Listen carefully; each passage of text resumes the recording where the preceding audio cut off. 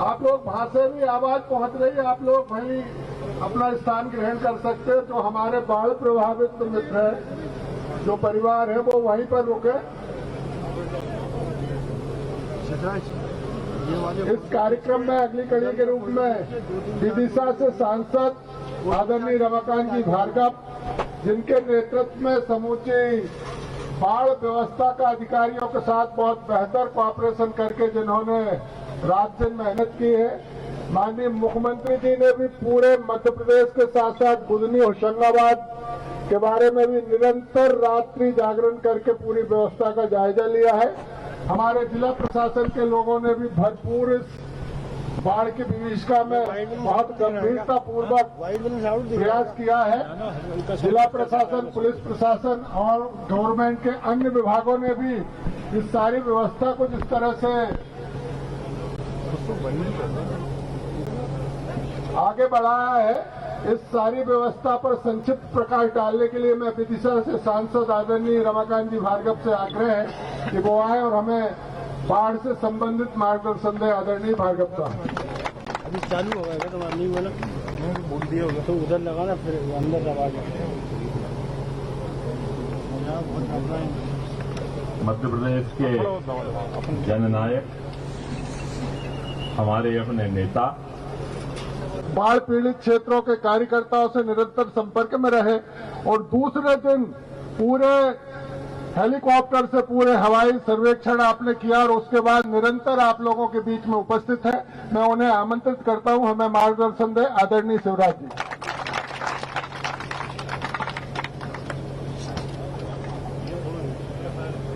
हमारे लोकप्रिय सांसद, वरिष्ठ नेता आदरणीय रमाकांत भार्गव जी, पूर्व विधायक और वरिष्ठ नेता आदरणीय राजेंद्र सिंह जी, जिलाध्यक्ष आदरणीय रवि मालवी जी, नीचे बैठे भी मेरे सभी आदरणीय वरिष्ठगण, मंडल अध्यक्षगण, साहेबगंज में उपस्थित यहाँ मेरी बहनों, भाइयों, भांजे और भांजियों, मैं पहले सोच रहा था कि मैं इतने जल्दी मुख्यमंत्री क्यों बन गया, क्योंकि मैं से कायदे में 5 साल लगने थे और अपन तो कमर कस के तैयार थे कि 5 साल लड़ाई लड़ना है। पता नहीं क्या चक्कर चला कि 1.25 साल में ही दूसरी बार मैं मुख्यमंत्री बन गया। अब पहले मुझे समझ में नहीं आ रहा था कि बात क्या है, लेकिन मैं मुख्यमंत्री बना इसके पहले ही कोरोना फैल गया।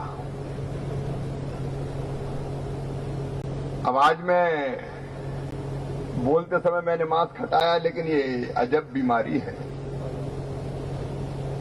जब मैं कोरोना में मास्क लगाए देखता हूं तो मुझे पुराने जमाने की याद आ जाती है, जब थ्रेसर नहीं थे, हार्वेस्टर नहीं थे, डाउन चलती थी, पैर उतरते थे और डाउन में बैल, भैंस, पौधा सब जोत देते थे। लेकिन ज्यादा नहीं खा जाए जाके मारे ढोली या मसूका बांध देते थे। पहले मवेशियों को मसूका लगे थे, अब इंसानों को कोरोना ने मसूका लगवाया। एक से दूसरे को फैलने वाली अजीब बीमारी। 23 मार्च को मैं मुख्यमंत्री बना तो मैंने कहा मिलूंगा, जुलूंगा, जाऊंगा, क्षेत्र में पहुंचूंगा, नर्मदा मैया के दर्शन करूंगा, आपसे मिलूंगा। लेकिन 9 बजे शपथ ली और 10 बजे जब मैं मल्ल भवन पहुंचा और मैंने मीटिंग ली कोरोना बीमारी की, तो मेरे होश उड़ गए। चारों तरफ इंदौर में, भोपाल में, जबलपुर में बीमारी जड़ें जमा चुकी थी। और मैंने पूछा तैयारी क्या है निपटने की? अफसरों ने मुझे जवाब दिया कि अभी तो कोई तैयारी नहीं है। मैंने कहा अब तक करते क्या रहे? क्या पिछली सरकार के मुखिया ने कोई मीटिंग नहीं की? इंदौर में खूब फैल चुका था। मैंने कहा भाई यहाँ मीटिंग हुई? बोले नहीं हुई। मैंने कहा इंदौर में मीटिंग? बोले इंदौर में ली थी मुख्यमंत्री जी ने, लेकिन कोरोना की नहीं ली। तो मैंने कहा काय की ली थी? तो वो बोले आईफा की ली थी। अब मैंने जब परिस्थिति देखी तो मुझे लगा कि अगर कोरोना से निपटना है तो कोरोना के अस्पताल चाहिए, पीपीई किट चाहिए, ग्लोव्स चाहिए, ऑक्सीजन सिलेंडर चाहिए। टेस्टिंग की व्यवस्था नहीं थी। अगर हो जाए बीमारी तो टेस्ट करके पता चलती, वो व्यवस्था ही नहीं थी। टेस्टिंग की लैब चाहिए, टेस्टिंग किट चाहिए, वेंटिलेटर चाहिए। और मैंने रात में ही संकल्प किया कि दिनों रात मेहनत करके मैं कोरोना की इलाज की सब व्यवस्थाएं खड़ी करूंगा। लगभग उस समय दिनों रात काम किया, जहां केवल एक टेस्टिंग लैब थी जिसमें 60 टेस्ट होते थे, मैंने बढ़ा के लगभग 70 लैब बनवा दी। अब हजारों टेस्ट अपने यहां हो रहे हैं। पहले हालत ये थी कि हवाई जहाज में सैंपल लेके मुझे भेजना पड़ता था नोएडा, पांडिचेरी, दूसरे राज्यों की लैब में कि वहां टेस्ट हो जाए और वहां लाइन में अपने रखें सैंपल। 5 दिन में 6 दिन में तब तक पता चला कि वो बिगड़ ही गई जान, अच्छा जैसी होनी चाहिए। वहाँ से कमाएं जरा भी कुछ। तो पहले मैं दिनों रात लड़ा कोरोना से। कोरोना से लड़ो तो आप मिल नहीं सकते, हाथ नहीं मिला सकते, क्योंकि कोरोना फैलता है हाथ मिलाने से। एक के हाथ में दूसरे के लग गया और उसने कहीं मुंह में लगा लिया तो गए काम से। दूरी रखना है, मास्क लगाना है। इसके दिल पे पत्थर रख के मैं इसलिए नहीं आया कि मैं आऊंगा तो आपको भी संकट में डालूंगा मैं, लेकिन फिर भी अब थोड़ी बहुत चूक तो मुझसे हो गई। जो पहुंच गए वो माने नहीं, मामा जरा थोड़ा हटा के थोड़ा। हमने हटाया बार बार मास्क, 2-4-10 जगह दोहरे हुए फोटो खिंच गए तो हमें कोरोना हो गया। कई दिन तक अस्पताल में भर्ती रहा। और ये कोरोना बड़े छापामार लड़ाई करता है। अगर आपने गले में दबोच लिया इसको, टाइम पे दिखा दिया, इलाज शुरू कर दिया तो ये यहां खत्म हो जाएगा। और कहीं फेफड़ों में घुस गया तो ये जान ले लेता है, फिर छोड़ता नहीं है।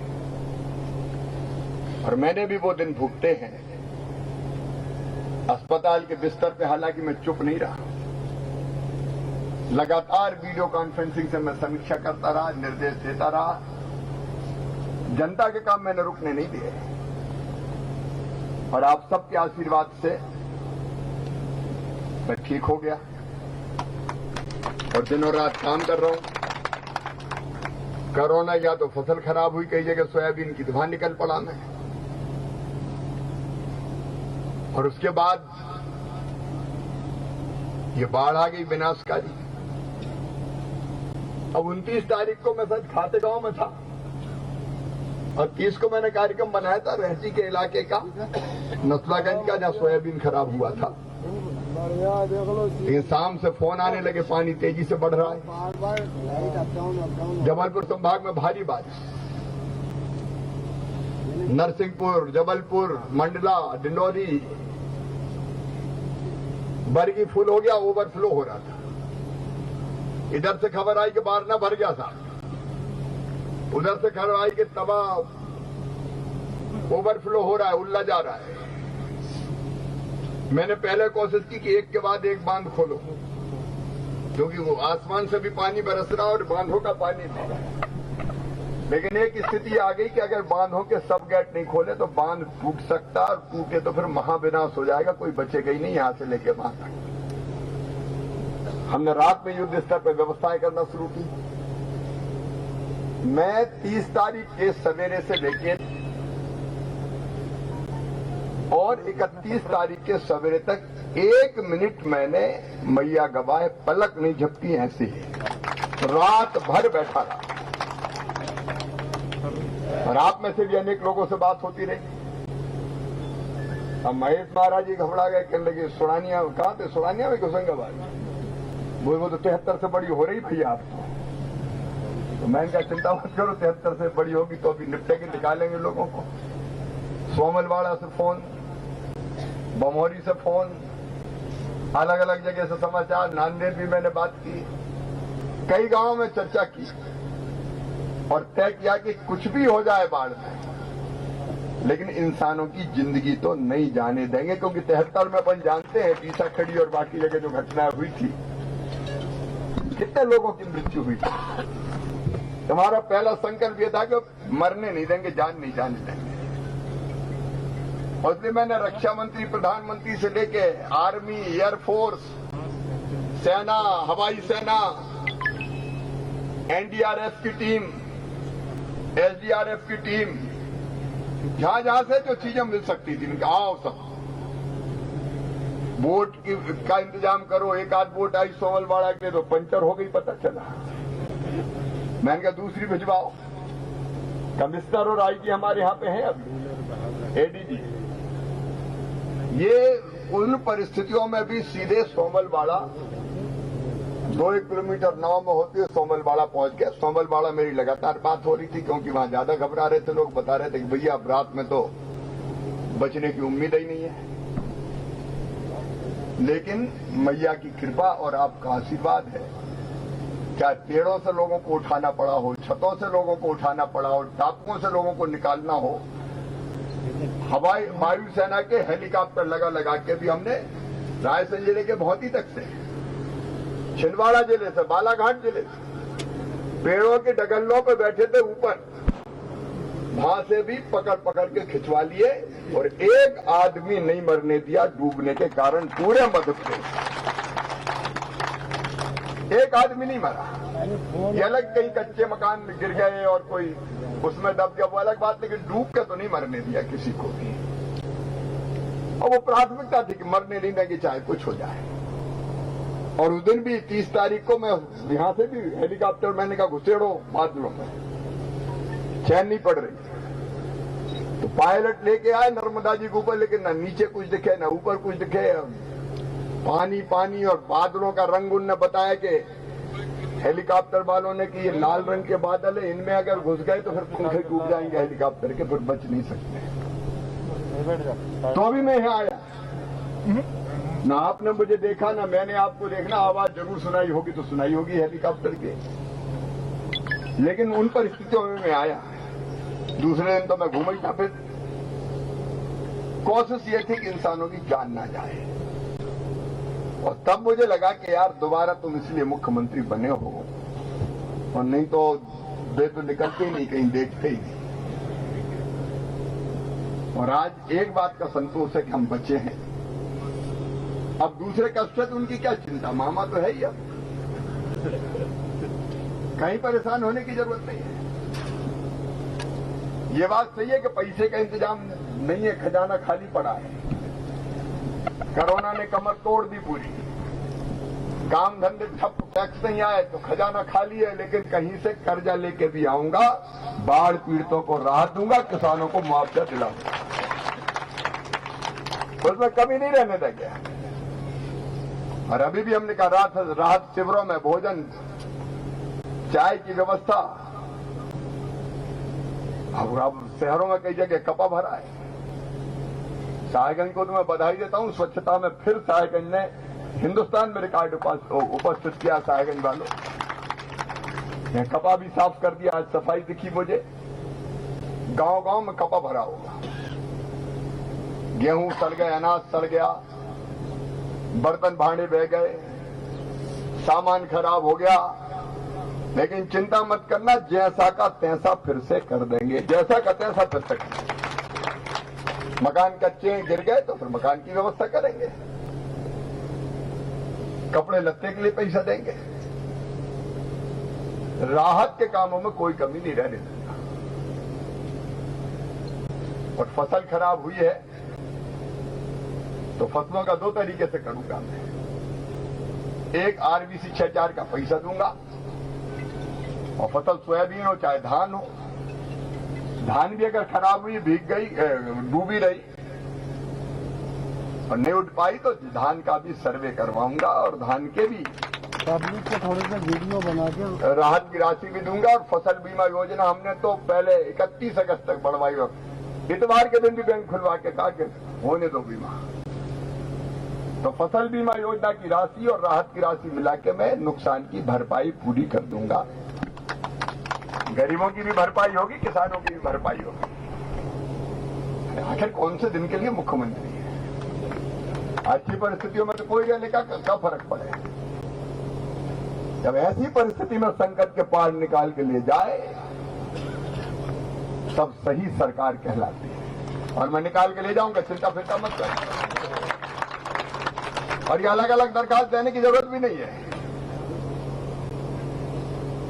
सभी का सर्वे करेंगे, उसमें क्या दिक्कत है? तो काय को कागज कार्य कर रहे फालतू बेमतलब में मेहनत काय को कर रहे? यहाँ कमिश्नर है, आईजी है, कलेक्टर है, नीचे का पूरा प्रशासन है, प्रभावित एक एक घर का सर्वे, और सर्वे भी अपने घर की तरह सर्वे। अब उनने करवाया था पर किस साल तो दिया ही नहीं पैसा, कह लगे है ही नहीं मेरे पास, कन्याओं के विवाह तक के नहीं। लेकिन अपने लिए पूरा मध्य प्रदेश घर है, इसलिए ईमानदारी से सर्वे होगा और नुकसान की भरपाई करवाऊंगा, आप चिंता मत करना। रमाकांत जी बैठे बहुत मुस्तैदी से उन्होंने मोर्चा संभाल रखा है, लोगों को तकलीफ नहीं होने दी। भारतीय जनता पार्टी की पूरी टीम लगी थी, चाहे वो साहेबगंज बख्तरा वाला इलाका हो हमारा, जवार तो नदियां ने भी गजब कर दो, धोबी के बाजार में पानी कहां कॉलेज डूब गई, तो नर्मदा मैया नदियों ने ही कहर ढाया, तो वहां भी देख लेना भैया वो पट्टी भी नर्मदा मैया के अलावा। अच्छा हाँ, नहीं सभी का सर्वे कर क्या भैया? हाँ वो जगह बहुत कम सी पड़ गई थोड़ी। हाँ लेकिन अब बहुत लंबी बात नहीं करनी, अपन को काम की बात करनी है। तो एक मेरे निर्देश है नुकसान की भरपाई के लिए सर्वे, और दूसरे जब तक बाकी व्यवस्था हो तब तक आधा क्विंटल गेहूं तो जिनके घर में पानी पहुंचाए तो तुरंत पहुंच जाए, ताकि रोटी की व्यवस्था हो जाए। बिजली रिस्टोर हो गई कि नहीं वो देख लें, बिजली जल्दी रिस्टोर करनी पड़ेगी। जब केरोसिन की जरूरत हो 5-5 लीटर मिट्टी का तेल भी दे दो तो जलाने के काम दिया जाएगा। और बाकी जल्दी सर्वे पूरा करके पहले घरों की राहत राशि और फिर खेतों की राहत राशि, उसका वितरण में पूरा कर लो, उसका शुरू करेंगे। आज बहुत लंबी बात मुझे नहीं करना, क्योंकि प्रदेश के बहुत बड़े हिस्से में ये आपदा आई है।